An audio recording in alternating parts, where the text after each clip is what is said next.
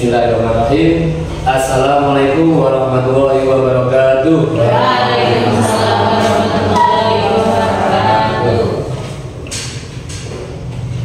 Ya, saya di sini ingin memaparkan tentang RTL, rencana tindak lanjut.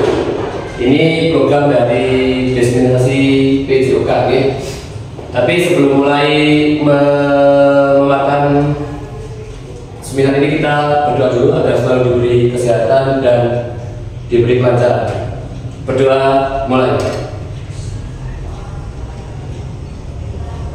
Berdoa selesai. Ya, langsung saja.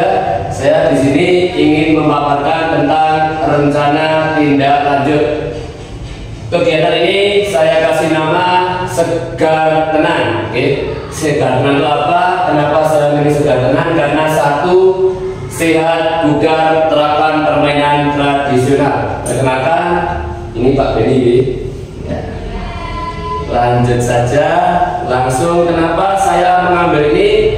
Dilatar belakangi satu, program Segar Tenang merupakan program yang bertujuan untuk menggerakkan peserta didik agar sadar tentang pentingnya menjaga kesehatan dan kebugaran melalui pendekatan yaitu menerapkan permainan tradisional. Kurangnya kesadaran peserta didik di SD Negeri 2 Sanggeran. Banyak anak kita yang tidak sadar akan pentingnya kesehatan, makanya saya adakan program ini.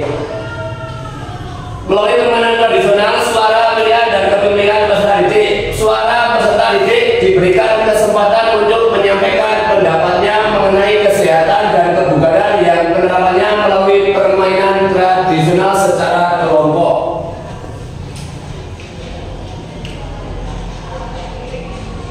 Dua, pilihan peserta didik memiliki kebebasan untuk menentukan sendiri cara menjaga kesehatan dan kebugarannya dengan permainan tradisional. Jadi kita membiarkan peserta didik itu memilih dia permainan apa yang disukai dan apa, biar mereka ikut berperan serta dan menentukan pilihannya sendiri. Kepemilikan peserta didik diberikan tanggung jawab untuk menyelesaikan proyek ini agar nantinya secara sadar dapat mengetahui pentingnya menjaga kesehatan dan kebugaran. Ini latar belakangnya. Sekarang tujuan program memfasilitasi kebutuhan peserta didik tentang kesehatan dan kebugaran sehingga pembelajaran dapat berpusat pada peserta didik. Ya, digarisbawahi berpusat pada peserta didik. Jadi berpusatnya di peserta didik. Jadi guru tidak terlalu aktif, yang aktif itu peserta didiknya. Yang kedua, meningkatkan kesadaran pentingnya menjaga kesehatan dan kebugaran. Ya, karena kesehatan itu sangatlah penting harganya. Ya. Yang ketiga, melestarikan budaya khususnya permainan tradisional. Akhir-akhir ini permainan tradisional sudah tergerus oleh permainan HP. Jadi ingin melestarikan permainan tradisional lagi.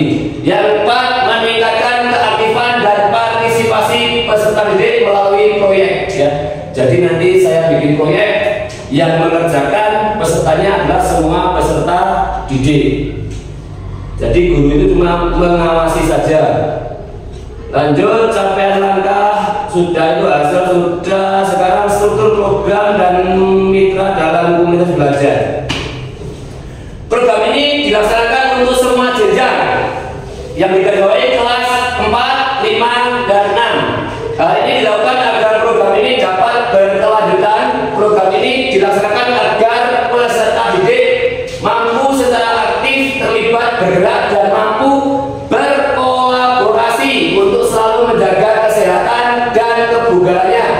Selain peserta didik yang terlibat, kegiatan ini juga melibatkan mitra, antara lain guru mapel, orang tua, induk permainan tradisional, dan pecinta olahraga tradisional.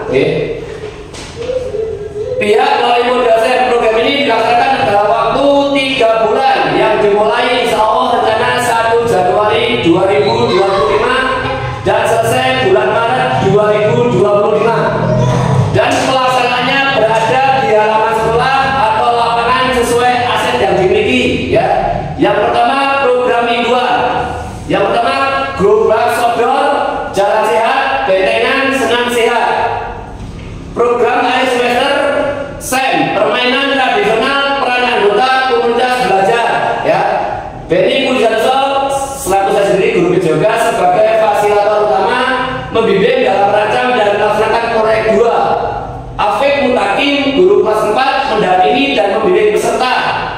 didik dalam menyelesaikan proyek 3, orang tua mensupport anak-anaknya biar menyelesaikan proyek itu.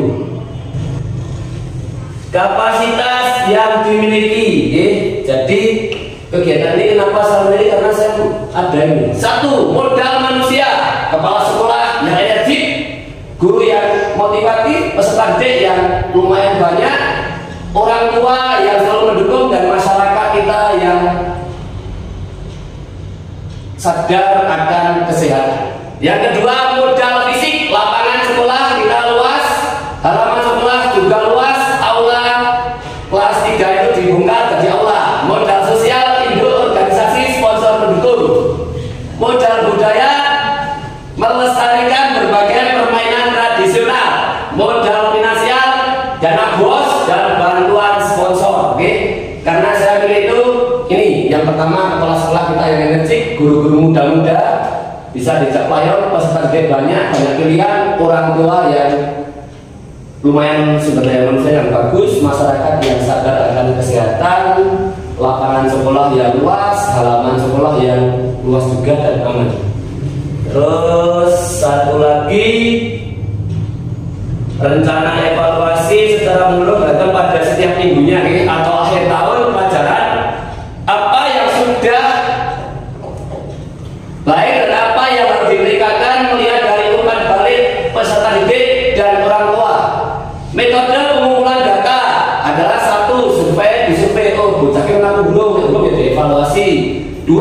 Wawancara, saya ngomong, oh si A gimana, kendalanya ada apa. Yang C. Refleksi peserta didik. Lanjut saja.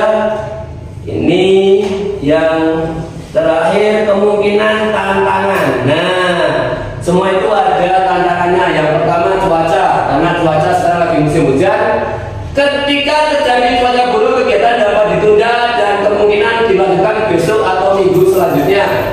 Kegiatan sekolah yang bersamaan, kegiatan ini sering terjadi setiap tahunnya, mengingat selalu ada kegiatan di luar agenda yang sudah direncanakan, sehingga kita dapat memprioritaskan kegiatan mana yang paling penting. Peralatan rusak, semisal menggunakan alat tiba-tiba terjadi kerusakan, itu wajar lah, apa-apa. Lanjut. Nah, di penghujung ada terima kasih. Terima kasih Bapak Ibu. Itu semua pemaparan dari saya. Intinya ingin memperkenalkan permainan tradisional. Monggo ada pertanyaan dari Bapak Ibu semuanya. Monggo Ibu Maria. Assalamualaikum warahmatullahi wabarakatuh. Waalaikumsalam warahmatullahi wabarakatuh. Perkenalkan, saya Mariam, guru kelas 3. Oke. Dari pemaparan Bapak tadi ada yang ingin saya tanyakan. Ya. Sepertinya tadi program ini hanya khusus untuk kelas tinggi. Bagaimana dengan kelas bawah? Mengingat itu budaya tadi permainannya bagus. Iya. Kalau anak-anak tertarik terserah. Oke, terima kasih pertanyaan yang luar biasa dari Ibu Maryam.